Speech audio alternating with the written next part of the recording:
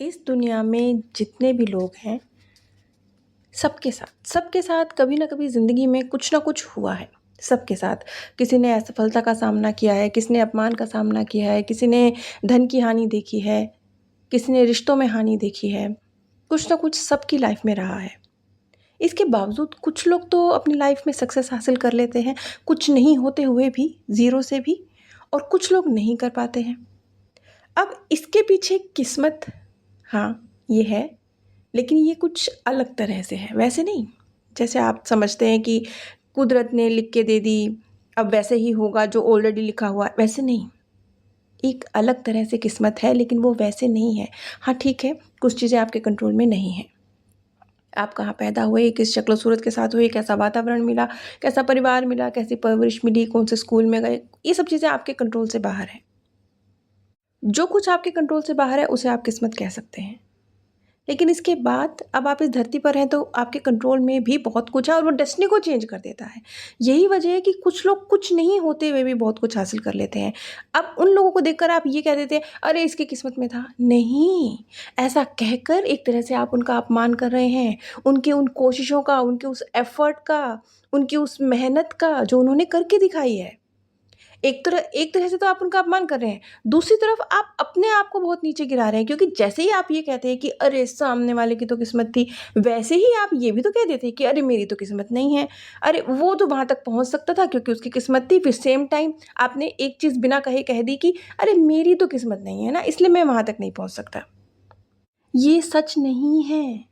चीज़ें इस तरीके से काम नहीं करती हैं। अगर यही सच होता तो आपका मनुष्य बन के इस धरती पर आना ही निरर्थक है।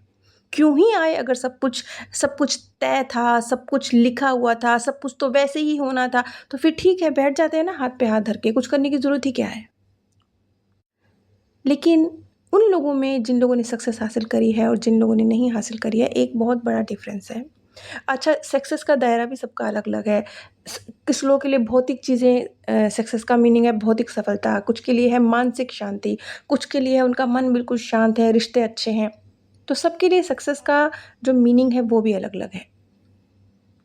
लेकिन अब हम अपनी जो भी हमारी क्षमता है, उसका मैक्सिमम कैसे अचीव करें? हमारा लक्ष्य तो ये है ना, हमने कैसे अचीव करना है? हम कैसे वो जो कुछ भी है हमारी किस्मत में जैसा भी है, उससे बाहर निकल के अपनी डेस्टिनी खुद लिखें?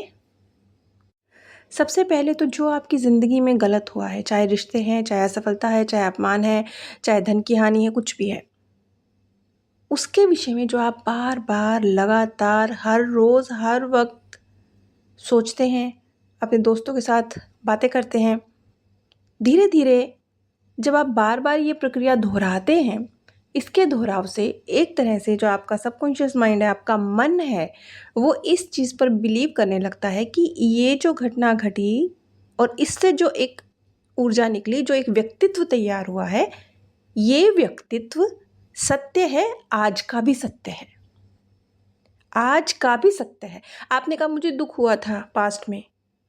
जब आपने बार-बार इस चीज़ को दोहराया, तो आपके मन ने इस चीज़ को अपने अंदर समाया कि ये वर्तमान का भी सत्य है।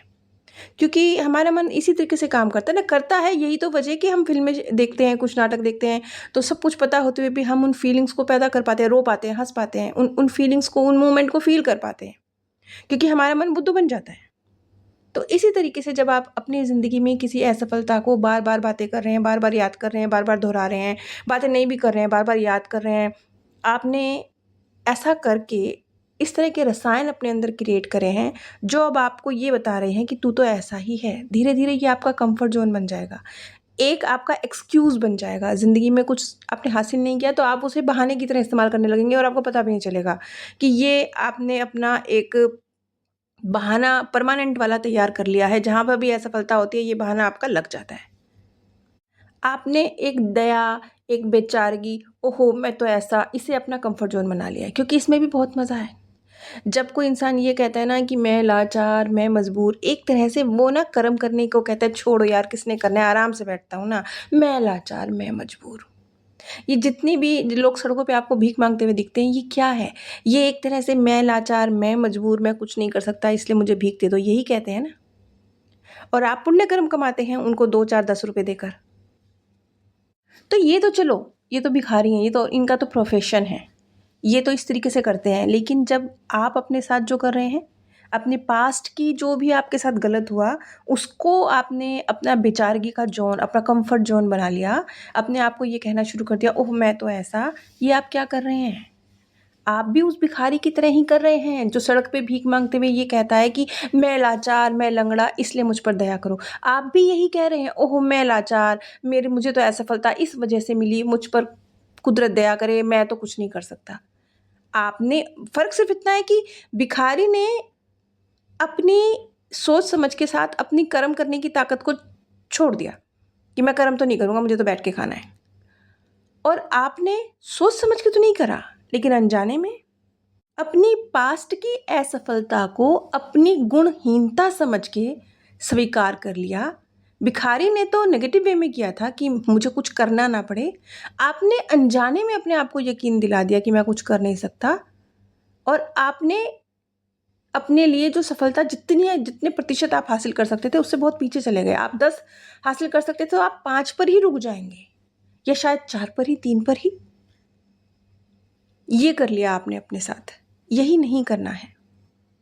और इस चीज़ से छुटकारा पाने के लिए जब आप अपने मन को क्या पास्ट में हुआ था उसे छोड़कर मेरे अंदर क्या ताकत है बन सकने की, मेरे अंदर क्या क्षमताएं हैं, जब मैं 5 साल का था, 8 साल का था, मैं क्या बनना चाहता था और कितना यकीन था मेरे अंदर कि मैं वो कर सकता हूँ, और मेरे अंदर क्या गुण हैं, उन पर जब आप फोकस करने लगते हैं ना, उनका दोहराव करने लगते हैं। दोहराव यहाँ पर भी होगा, और शरीर के अंदर जब आप दोहराव करते हैं ना किसी भी फीलिंग का, किसी भी विचार का, वो फीलिंग जनरेट करती है आपके अंदर जो रासायनिक परिवर्तन आता है, वो जब आप मैं क्या कर सकता था और अब भी कर सकता हूँ कि यकीन के साथ सोचेंगे ना, तो वो विचार भी आपके अंदर रासायनिक परिवर्तन लाएगा, और वो विचार भी आपके मन को ऐसा लगेगा कि जैसे प्रेजेंट की सत्यता तो यही है, वर्तमान का सत्य तो यही है। अब मेरी इन बातों का मीनिंग ये मत निकाल लीजिएगा कि अच्छा लॉ ऑफ अट्रैक्शन काम करेगा, अच्छा चीज़ें ऑटोमेटिक होने लगेंगी। नहीं, लेकिन फिर भी ऑटोमेटिक होने लगेंगी, क्योंकि वो करने की क्षमता, ताकत, हिम्मत, वो जुटाना आपके लिए बहुत सरल हो जाएगा, बहुत बहुत सरल हो जाएगा। अब मैं आपको ना एक बहुत फ़नी इंसिडेंट बताने जा रही हूँ। वैसे तो हँसी वाला है, लेकिन फिर भी एक अलग है, समझने की चीज़ है। मेरे पास एक लड़का आया करता था जो कि अपनी ज़िंदगी में, उनकी ठीक है, उसकी ज़िंदगी की अपनी स्ट्रगल थी। अपने कैरियर में, अपने बिज़नेस में वो आगे बढ़ने की कोशिश कर रहे थे।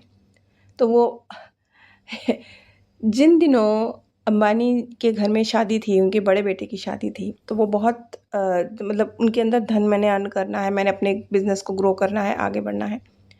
तो वो उनकी वीडियोज़ बहुत बहुत देखा करते थे, उनकी शादी की वीडियोज़ बहुत देखा करते थे। हर वक़्त वही देखना, वही सोचना। तो एक दिन वो मुझे बताते हैं कि दीदी, मैं इतना ज़्यादा वो वीडियोज़ देखने लगा था कि एक दिन यूँ ही मेरे मन में मैं ख़्याल आ रहा है, सोते-सोते मैं उठा तो मेरे मन में ये ख़्याल आ रहा है कि अंबानी ने मुझे अपनी शादी में इनवाइट क्यों नहीं करा? सबको इनवाइट किया, मुझे क्यों नहीं करा? और मैं नाराज़गी महसूस कर रहा हूँ अंबानी से। और मुझे इस बात को प्रोसेस करने में, समझने में 10-15 मिनट लग गए, 10 मिनट लग गए कि मैं तो अंबानी अंबानी तो मुझे जानता तक नहीं है। मैं तो वीडियोज़ देखकर इतना खो गया हूँ अंबानी के अंदर कि मुझे लगने लगा है जैसे वो मेरा रिश्तेदार है, उसने मुझे शादी में क्यों नहीं इनवाइट किया। वैसे तो ये एक फ़नी इंसिडेंट है, लेकिन यहाँ मैं ये जो आपको किस्सा सुना रही हूँ, इसके थ्रू मैं सिर्फ़ इतना कहना चाहती हूँ कि आपके अंदर क्या कर सकने की ताकतें हैं, क्षमताएँ हैं, हिम्मत है, गुण हैं, इस हद तक उन्हें अपने अंदर महसूस करना है, एक्टिवेट कर देना है, जिस हद तक उस युवक ने अपने अंदर उस चीज़ को भर दिया कि वो इतना ज़्यादा उनकी वीडियोज़ के अंदर खो गया कि उसे लगा कि वो तो उन्हीं के परिवार का हिस्सा है, उसे शादी में इनवाइट क्यों नहीं किया? बस इस हद तक अपनी काबिलियत और अपने गुणों पर यकीन रखते हुए उनका दोहराव कीजिए अपने अंदर। इसका मतलब ये है कि आप में सबसे ज़्यादा जो पोटेंशियल है हासिल करने की, उसके ऊपर अब आपने काम करना है, इसका आपको फ़ैसला लेना है, और ये फ़ैसला इतने तहे दिल से, अंतरात्मा से आना चाहिए कि आपके मन को लगे कि ये परम सत्य है, वर्तमान का सत्य है। आप इस चीज़ का दोहराव, इस पॉजिटिविटी का दोहराव जितना ज़्यादा अपने अंदर करेंगे, उतना आपके लिए राहें आसान होती जाएँगी। लेकिन साथ-साथ वो जो पुराना एक विचार, मैं नाकाबिल, मैं असफल, मेरे अंदर काबिलियत नहीं, वो जो आपने भरा हुआ है ना, वो भी बीच-बीच में उठेगा, सिर तो वो भी उठाएगा। क्यों? क्योंकि उसे भी तो सालों आपने खाना खिलाया है ना, तो वो भी सिर उठाएगा। लेकिन जब-जब आप अपने पुराने विचार पर कोई प्रतिक्रिया नहीं करते हैं, तब आप एक तरह से उसकी ताकत ख़त्म कर देते हैं। एक तरह से आप साँप के फन के ऊपर पैर रख देते हैं। साँप ही तो है ना, वो नेगेटिव फीलिंग साँप है। और जब आपने उसके विचार आया, विचार तो आएगा क्योंकि यादें हैं वो नहीं जाने वाली, विचार आएगा। लेकिन आपने प्रतिक्रिया नहीं करी, आपने अपना रिएक्शन नहीं दिया। तो एक तरह से आपने जहाँ विचार उठा था वहीं उसका दम घोंट दिया। आपको किसी भी नेगेटिव विचार से जो आपके पास से आपके पास आ रहा है, उसके साथ लड़ाई करने की ज़रूरत नहीं है, बहस करने की, उलझने की ज़रूरत नहीं है। बस अपना रिएक्शन देना बंद करना है, क्योंकि कोई भी जो नेगेटिव विचार होता है वो अनवांटेड मेहमान की तरह होता है। अनवांटेड मेहमान की बेइज़्ज़ती करना, धक्के मार के घर से बाहर निकाल देना, नहीं, नहीं, नहीं, ये सब नहीं करना है। सिर्फ़ इतना करना है कि उसका वेलकम नहीं करना। वो आएगा, उससे बात मत कीजिए, उसे उसे चाय-कॉफ़ी मत पूछिए, उसे पानी मत पूछिए, उसकी तरफ ध्यान मत दीजिए, अपना सिर झुका के मोबाइल पे काम करते रहिए। बस धीरे-धीरे वो मैन समझ जाएगा कि मेरी रिस्पेक्ट नहीं है, वो आना बंद कर देगा। लेकिन अगर आपने रिएक्शन दिखाया, आपने धक्के मारे, बदतमीज़ी करी, तो हो सकता है वो आगे से रिएक्शन करेगा। आपके धक्के का जवाब फिर वो हो सकता है थप्पड़ से देगा, तो वो गड़बड़ हो जाएगी, तो वो नहीं करना है। इसी तरीके से आपको अपने नेगेटिव विचार के साथ भी नहीं करना है। ऐसा करके हम अपने उस दर्द को नकार नहीं रहे हैं, लेकिन हम ये कह रहे हैं कि अब तू मेरी ज़िंदगी की दिशा निर्धारित नहीं कर सकता। हम ये नहीं कह रहे कि वो इंसिडेंट कभी मेरी लाइफ़ में घटित ही नहीं हुआ। हम सिर्फ़ इतना कह रहे हैं कि अब वो इंसिडेंट जो घटित हुआ पास्ट में नेगेटिव, वो मेरी आने वाली लाइफ़ का निर्धारण नहीं करेगा। आपको अपने आप से कहना है कि पास्ट में जो भी गलत हुआ वो इतिहास है। मुझे इतिहास नहीं दोहराना। मुझे एक नई चीज़ निर्मित करनी है, नया भविष्य निर्माण करना है।